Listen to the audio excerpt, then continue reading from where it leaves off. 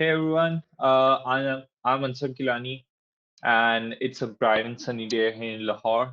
And together with my colleague Daud, we'd like to commence our talk on building microservices architectures for scale with Django. Uh, by the way, as much as we'd like to be physically present between all you guys and some of the best minds in the industry. We'd like to apologize for not being there. We were denied visas for traveling, and we just wanted to make sure that our message and knowledge does get to you, and we help the industry grow much better. A little bit about me and Daud. Both of us are software engineers at one of the most prestigious software organizations in Pakistan, which is called Arbisoft. And like many other engineers and peers at the company, we are active contributors to open edX repositories. And with the transition in architectural infrastructures over the last 5 to 6 years, we can say that we have been very well educated with microservices and how we can quickly scale them for any application ecosystem in the world. So, if anyone amongst you want to reach out or us on LinkedIn, you can scan the QR codes available. Before I move any further, I would like to mention a quick word from our CEO at Arbisoft, Yasser, who has been a primary inspiration in our growth and to take part in the DjangoCon this year. I would say that he has been an incredible support throughout this journey, and he holds us and the other engineers working at Microsoft to the determination and commitment to the industry that he holds to the industry, as a matter of fact. Coming to our agenda today, uh, here's the itinerary that we will be following for the talk. We'll start off by comparing monolith architectures with microservices, followed by some of the principles that we follow in engineering and scaling microservices. And we'll top it off with a case study from our OpenEdX migrations. With that being said, let's talk about monolith and microservices architecture and what makes each pattern so unique. As you can see in this chart, this represents the comparison between Google Trends of monolith and microservices architectures over the last decade in the whole industry. And you can clearly see the domination in the popularity of microservices over the last 6 to 7 years. Now, what makes microservices so cool and why is everyone talking about them? Why is everyone thinking about replacing monolith with microservices and why? Is it really that good? Let's find out. If you're not very much familiar with the monolith architectures, let me give you a quick recap about them. A few years ago, everyone who wanted to create a new application would just build a single server and started contributing features to that application. Those features can be some connectivity to the database, some business logic contribution that can be a UI based feature. But at the end, uh, after a few months or maybe years of contributing to the same project, the code base became so huge and tightly coupled that it became impossible to differentiate between two components. Typically, user interface, server-side business logic, and database connectivities are all managed under a unified singular umbrella. And it became a traditional method to create any new applications all around. Now, there were a few reasons why it was so popular. It was easier to develop, easier to deploy, to scale, to test, and maybe debug. Over the past few years, we have seen dedicated technologies to optimize each aspect of the whole infrastructure. For example, we use React for front-end development. We use Python and Django for back-end services, data analytics, and maybe use Cypress and Selenium for testing and debugging purposes.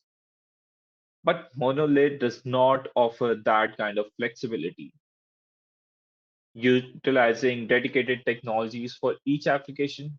That was not at all possible. And even if you are using a single technology stack like Django to do all the work, the development speed is bound to become slow exponentially with the growth of the application, as you would need to rely a lot on the other counterparts to complement your contributions and operate flawlessly. Eventually, you can maybe expect your application as big as a mammoth, hogging up all the resources on a cloud server deployment. But what about microservices? Actually, what exactly is a microservice? Well, as the name states, microservices are a collection of small and autonomous services, each with its own self-contained implementation and business context, collectively building up a singular application. And in object-oriented terms, a microservice would represent a specialization of each business context aggregating with each other for a large generalized product. Each service may communicate with one another using either synchronous or asynchronous protocol. For most of the services we use, HTTP REST protocol is very popular, uh, but each service must be deployed independently and have its own database. So it can all be decoupled from each other. It's not a wonder that most large-scale organizations use microservice architectures for their products. Most of these organizations are big tech companies like Netflix, Spotify, Atlassian, even Amazon, and of course edX and OpenEdX, each having hundreds of microservices, if not thousands. Um, In simpler terms, microservices offer six major benefits against the entire industry, against the entire monolith architectures. The code base became highly maintainable and testable, as well as easily deployable, more like independently deployable. Furthermore, each component of the entire infrastructure is loosely coupled and can undergo its own development lifecycles. Each service is organized around its own business capabilities and can be owned by each team separately. Most importantly, in a world of large, complex applications, microservice can ensure rapid and reliable deliveries in the interest of scale and frequency. One more thing that I would like to mention here is that microservices offer a three-dimensional scaling to each application where we create a functional decomposition pattern by splitting things that are different as opposed to traditional two-dimensional scaling approach. Speaking of principles, let me briefly help you with the two architecture principles that define our microservices. First and foremost are the 12 factors to engineer any service. Now, these factors came into existence after constant and consistent iterative growth in development and deployment processes in engineering universe. Firstly, we track one code base in revision, but experiment many deployments. We explicitly declare and isolate dependencies and store configurations in environment. We treat backing services as attached resources and separate build and run stages in the lifecycle. Then we execute the app as a single and multi-stateless processes and export these services via port bindings. We achieve concurrency and disposability and remove disparity between development and production environments. Finally, we treat the logs as event streams and run admin processes as a single process. Together, these factors help us build our infrastructure foolproof in our lifecycle. Furthermore, we use solid principles to engineer the core of Django applications inside a service. We start off by dividing services atomically so each service serves its own purpose. Furthermore, each component that we build, we create a level of abstraction. So each entity is open for extension and closed for modification. And of course, then we apply Liskov's substitution principle, where each class, each subclass inside a service is substitutable for its parent class. We make sure that no interface view is dependent on a method that does not strictly use that particular method. Lastly, we divide the high level components and make sure that these components rely on abstraction rather than explicit low level modules. Together, these solid principles ensure that our microservices remain as independently as possible, and they cannot rely on external structures for scaling purposes. Speaking of scaling, I'll leave the floor to my colleague Daud, who's gonna come in and explain how we scale microservices. Thank you. Thank you, Ansab. I am Sayed Daud, and I'll be covering the rest of this talk, which is on scaling microservices and the case study of OpenRX. In scaling microservices, we'll take a look at a few of the items, which are authentication, packaging and tooling, templating, testing tools, and documentation, and see how we can scale our microservices effectively. I'll kick this off with authentication.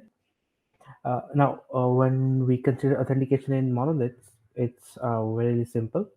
We have a single gateway where all sort of users are entering and authenticating themselves. In terms of implementation, we can really handle the special use cases, special user specific use cases really easily in a single place, and there are no major complication in with respect to managing tokens or cookies because we have a major service that is doing all the work. In microservices, that is not the case. We have dedicated services, and users will be interacting with the service that they want to use or they need. So we can have a user that is interacting with one service only, but then we'll have users who will be interacting with various services like we have here. So this complicates the situation a bit. Like, who is the source of truth in here? Is it service O, service one, service two? Like, who decides that a user is authenticated, and how is that communicated across various services? Because we have separate gateways or the entry point for the users. And if a user is authenticated in a service, how do we ensure that the other service also treats it as authenticated user? So these are some of the challenges that we have with microservices and authentication that makes this a bit of a complex scenario. A few of the questions that you can try to answer to better decide the authentication mechanism, like, do we need a single dedicated application for authentication, or do we want to delegate that responsibility to each service, or at least a backend service? uh, how will we manage account application if that is happening across the services? Like, how will we keep the information in sync, or do we really need to keep that information in sync? Or decorating uh, authentication with system specific or feature specific roles for the user, so that we can customize the behavior on front end based upon that user role. That will be important as well when again your application is scaling. And deciding that, do we want a uniform authentication mechanism across all front ends, back end, or mobile application, or do we want the different mechanism for front end, different for back end, different for mobile application, or other sort of application that you have? So these are The answer will vary according to system. It's upon the devs or the architect to help answer this question. But these are some other thinking questions like where do you want to take the authentication mechanism? So if we take the example of a centralized or dedicated auth service and how we can do that with Django. So with Django and Django REST framework, we have a variety of authentication mechanism like session, bearer, jot, uh, what this we can easily enhance jot to add user level permissions. Uh, Here we can have a dedicated service where the user will log in and get their special token, and then they can use their special token to make requests across services. It can be a front end and back end, and then that service will verify the token with auth service and then drive their behavior. Packages and plugin, that is also a side effect of moving away from monoliths to microservices. So in monolith, we have a big code base. Every application is able to import code from another application. So the the application will become coupled, but there isn't a problem in importing the code that we need.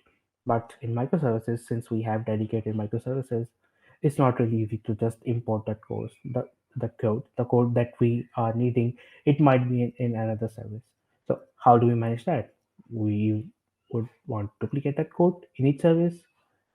It works, but it violates the try principle, and also it makes it difficult to communicate the changes in that util across services. So let's say if we have a piece of code that is used by 10 services, if we update in one, how do we communicate that to other 9 services? The solution here is packages and plugins. What do is that, at least in terms of Django and Python, that will create pip packages, publish them to PyPy, and then install the packages where they are needed. What it helps in that is that we'll have a single place for all the utilities that we need. We'll just install in the service wants wants to use that functionality, and if we need to do updates in that utility, we'll have a designated place where we'll do that change and publish a new version. If a service is wanting to use the updated version, they just use the latest version of that package and all will be well.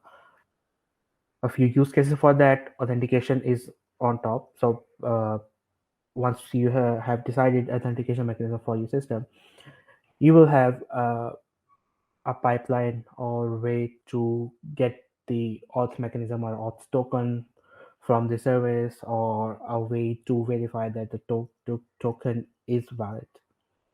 So you would essentially want that mechanism to be same across services. So you just have to uh, create a package for that and import that across your services. Observability is another good example. Like if you're monitoring your backend or front-end application, you will have some sort of helper methods that you're using, and you would want them to use across every service. So that is a good example as well. User events are also a good example as that. Django templates, a different example, but if your system is brand oriented or brand focused, you would want your branding to appear on your header or footer. So that's where you can use templates in a base package and import that base template from that package in the service that you need. Testing tools. Okay. Since in microservices, communication among services is the key aspect, we want to ensure that services communicate with each other. They get the data and behavior they expect and they need, and whenever there is you could say violation of communication, we would want to be able to flag that behavior to the developer who's making that change. So that's why to be able to decide on the testing pathway is important in microservices. We have our traditional unit and functional testing, but additionally, since we have multiple services that are communicating with each other, we would need a bit more than that, and that's where our integration, end-to-end testing, contract testing come in place. While the module or unit testing is focused on the smallest aspect of the code, the integration is mainly about how the services are communicating and if their communication expectations are aligned. So what we would want to do is that we would want to divide our integration behavior into our end-to-end testing and contract testing. End-to-end would involve UI and user experience in some way, because we would want to test entire behavior that would span multiple systems. And we have Cypress, a really good tool for that. Selenium, we have a headless browser where we can do this task. Contract testing is something different, and it is being adapted into industry, but it essentially focuses on the communication aspect. So we have two application, consumer and provider, and we want to ensure that their communications is documented in a contract. So that's where the contract testing has been doing a lot of work with the help of the pack.io. Spring Cloud Contract is another tool for contract testing. So this Deviant will become important as you scale your application, because you would want confidence to deploy your application in such a way that it does not affect any of its dependents. So that confidence is only achieved when you have a proper integration testing mechanism in place. Now, moving towards the bit of documentation stuff, which is the service documentation. Like when your services are expanding and you're adding new microservices for your business use cases, it will become very difficult to keep track of who owns that services, what services that service depends upon, or what other services are dependent upon your service. Identifying which APIs or endpoints are used, what data fields are used, that becomes a bit of challenge when your services are growing. So you would want different mechanism to be able to document your ownership, document the service information, document the data contracts. There wouldn't be a one size fit all solution. You will have to use a combination of multiple. So one could be that you can create a dedicated service repository. It can be a small Django app whose responsibility is just to hold the information of the services, their repositories, where they are deployed, who is the owner, what services it depends upon, what other services use your service, and etc. So you can have a small app for that. You can have your public API documentations for your backend application with Swagger and Stoplight. Data contracts are something that are generated as part of contract testing, and they contain the information of APIs that are used by a consumer, what fields are required, and these contain the really nitty-gritty details of the communication. So if you are already using contract testing, that part of documentation is also fulfilled. So it will essentially help a new developer and also to all them, but particularly for new one. Why? Because when they are onboarding onto your system, to be able to understand the complexity of of your own service in the entire ecosystem is really important. And I think that's where the service repository and data contracts will come into play. Templating, which is last part in the scaling. When your system is growing and you're adding new microservices, you would essentially want to be able to set up your new microservice in a matter of minutes, be it a front-end application, a back-end, or some sort of utility or some sort of plugin. We cannot afford to spend weeks to just to create a new service that is deployable, because the benefit of microservices is one of the benefit is speed. So once we have code structure established, we can use packages like cookie cutter uh, to be able to set up new microservice in a matter of minutes, and also set up the infrastructure templates and use Terraform to be able to deploy your services very quickly. And again, this is something that once your system starts growing and expanding and uh, becoming adaptable to microservices, you will need that, because as your business expand, you will need new microservices. Now, just I will just touch base on how OpenEdX engineers microservices and where do we stand on it today. So in OpenEdX, we mainly have two types of microservices. One is IDAs, or independently deployed application. These are backend Django application, and then we have micro frontends, MFEs, which are front-end React plus Redux application. We have mobile apps as well, but they predate microservices era, and these are the outcomes of mainly the R&D done to move from monolith to microservices. And at this moment, we have roughly 46 microservices with almost equal split of IDEs and MFEs. So, what's the journey? Starting when the edX started, we had our edX platform, which is the core and monolith of OpenEdX. It housed our learning management system, LMS, our content authoring system, our studio, the authentication mechanism, e-commerce, analytics, video modules, and much more.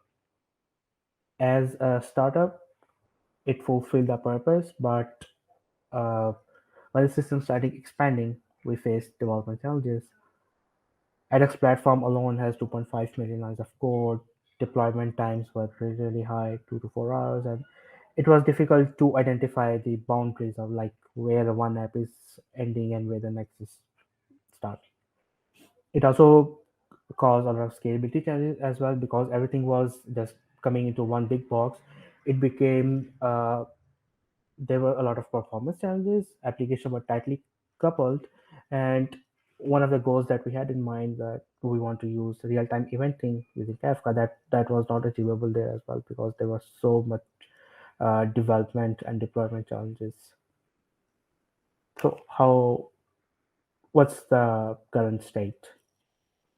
The transition from monolith to microservices took quite a time because we had to like clearly define our ownership and identify where each app would go, and we wanted to do that without disrupting our current system so that our learners and all the partners, they are not affected by that. So there were a lot of careful planning there. It took a 3+ year time span, but uh, right now we have a lot of dedicated repositories and deployment pipeline. We have 100k lines of code in each service, and there is 10 to 30 minutes of deployment, which is really small as compared to the 2 to 4 hours to deploy that monolith. And with the clear ownership, we know which team is responsible for maintaining what part of system. So that transition has really helped in scaling our system, and we are on the path of scaling. And if I were to connect this with the things that we have discussed earlier, so LMS is the big part in edX, and LMS is acting as our central auth and identity provider. Uh, in terms of packages, we have specific edX Django packages and edX and Django React framework, event based, and some edX specific utils as well. And as if we talk about testing, we have established Cypress for our end-to-end testing, and we have been piloting as well for our contract testing. Cookie cutter is something that we have established for quite a while, and we have uh, dedicated process for that to create backend and front end and plugin application. Uh, Now this has become self-service that every developer can just download that cookie cutter and use it in a matter of minutes to create a new service. But what with our monolith? It is still there, but it has been reducing in size constantly. Uh, right now, our backend application are communicating with our platform where needed, uh, but essentially it's the backend application communicating with each other, the front ends communicating with our ideas, and really honing that microservices architecture. Right. So that was it. Here are a few other references of the both the microservice part and edX. Thank you for being a good audience, and now we are looking forward to your questions. Thank you.